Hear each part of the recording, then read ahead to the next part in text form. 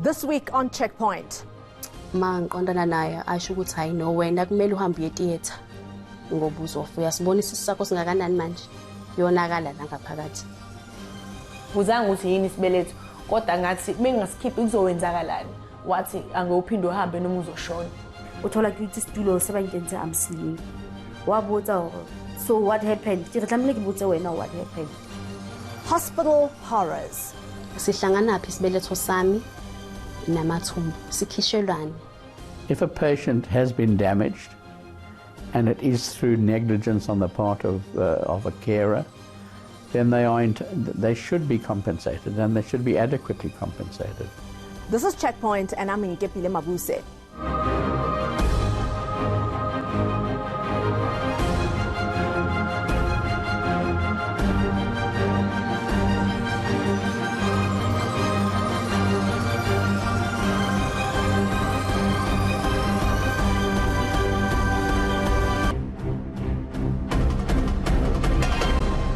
There's absolutely no question that South Africa has some of the continent's best health facilities and practitioners.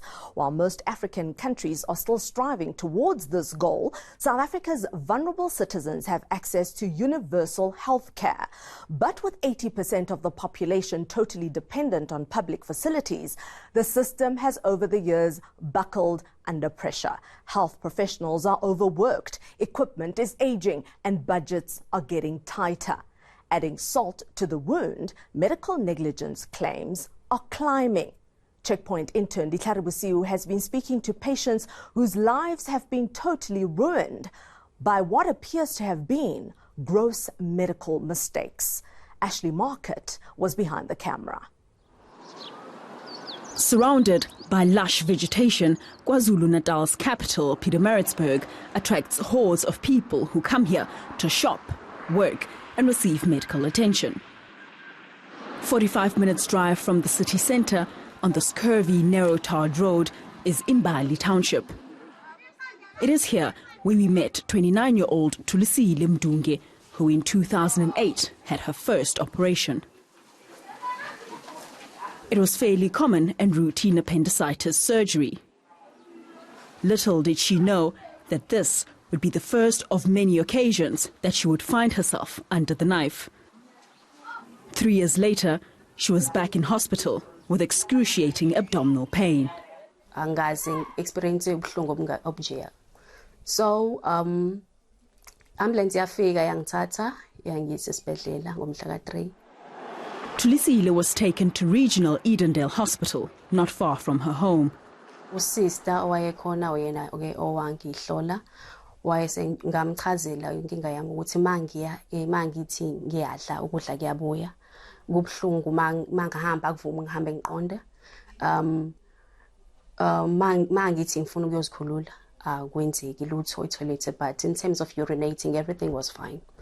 So what I know, I think it's just his stomach bug nje uzoba right. After days in pain, she went back with a referral letter from the GP and was admitted. She was discharged, still in pain and with her stomach starting to swell. Her growing abdomen caught the attention of the doctor who took out her appendix in 2008. Mangiqondana naye asho ukuthi hayi no wena kumele uhambe uye theater ngoba uzofa uyasibona isisi sakho singakanani manje yonakala la ngaphakathi. Hayi nankanjalo ke bangiphinde ngihambe futhi bangise ngiyoshaya esinye isithombe se-X-ray ngiphinde ngibuye mase ngibuya sebezongilanda ke manje sengizwe theater. Vele wangichazela udokotela ukuthi ke uyohlinzwa uzovulwa isisu sizama ukuthi sithole inkinga le silungise lamathumbu akho la ngoba impela ngazi ukuthi wona la kumele alungiswe. After the operation, Tulisile received shocking news from the surgeon. Bese yachaza ukuthi hayi ke siqaqile sikuvulile sak-operator sikhiphe nesibeletho sakho. Ngaba surprised, ngaba shocked ngalendlela Nkosi yami emangalisayo ukuthi kahle kahle ngobani sihlangana phi isibeletho sami namathumbu sikhishelwane. ebekade sivumelene ukuthi ngisayinele kona isibele sosesithintulana. Mind you, I'm not a mother. Udokotela uzongitshela ukuthi angisoze ngibe umama, angisoze ngikone mina, angisoze ngibe neyami ingane. Just imagine lobo buhlungu. Kungani ngenzeni? Because ma kwenzeka izinto ezikanje ukuzibuza ukuthi ngenzeni bani. To this day, Tulisile has no clue why her womb was extracted. She tried to access her medical records in an attempt to get answers, but was told by Edendale Hospital that her file was lost. Tulisile was also told that she had a hernia and complications related to it. For 3 years, she would undergo more operations to repair the hernia. She was eventually sent to Grace Hospital. In 2016, ngayenza operation. Imphumelo yayingcono ngiqamba manga. 10 days later, Tulisile was back at Grace. Ngazangasho ukuthi yena bangasange bayenze. Ngendlela okuyiyona kwi first operation wangitshela nje ukuthi kube ne mesh breakdown eqhephukile, imesh leyade beyifakile phakathi. Wathi angazi bathi basoluthi imanzi siweyiwona amanzi lawa akade phuma. So ke yavele yadabuka noma yaqhephuka kanjalo nje babesho ukuthi mesh breakdown. For close to 2 years, she's been taking painkillers to manage her back and abdominal pain. And the torment of wearing maternity clothes is a constant reminder that she will never be a mother. Impilo njani le? Usumithi futhi. Yebo, ulokuza ubuhlungu. I don't think they understand odokotela ukuthi after ama patients esehlinziwe kwenzeka izinto ezikanje kuba effecta kanjani abantu, because like lento isilonda saphakade ngisho ungahamba kodokotela bengqondo kuyafana. You will always be reminded ukuthi awusoze ube umama. She's also having to endure the side effects that have accompanied her countless operations.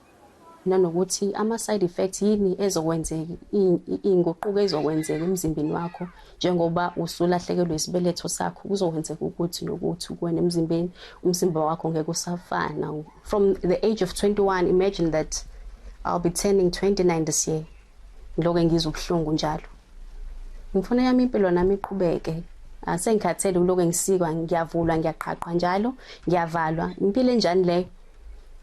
So like nako lokho ngeke ngibuza ukuthi akukho akudamage ezinye izinto la ngaphakathi uloku uvulwa njalo. After the break, did doctors remove her uterus to save her life, or was it medical negligence? Asho ukuthi isibeletho sakho sibolile, kumele sisikhiphe. And ngangizoba na 16, ngangina 16. When you do have to go back and reopen the abdomen, you realize that in fact the uterus itself is so badly infected that in order to preserve that woman's life, you have to do an emergency hysterectomy.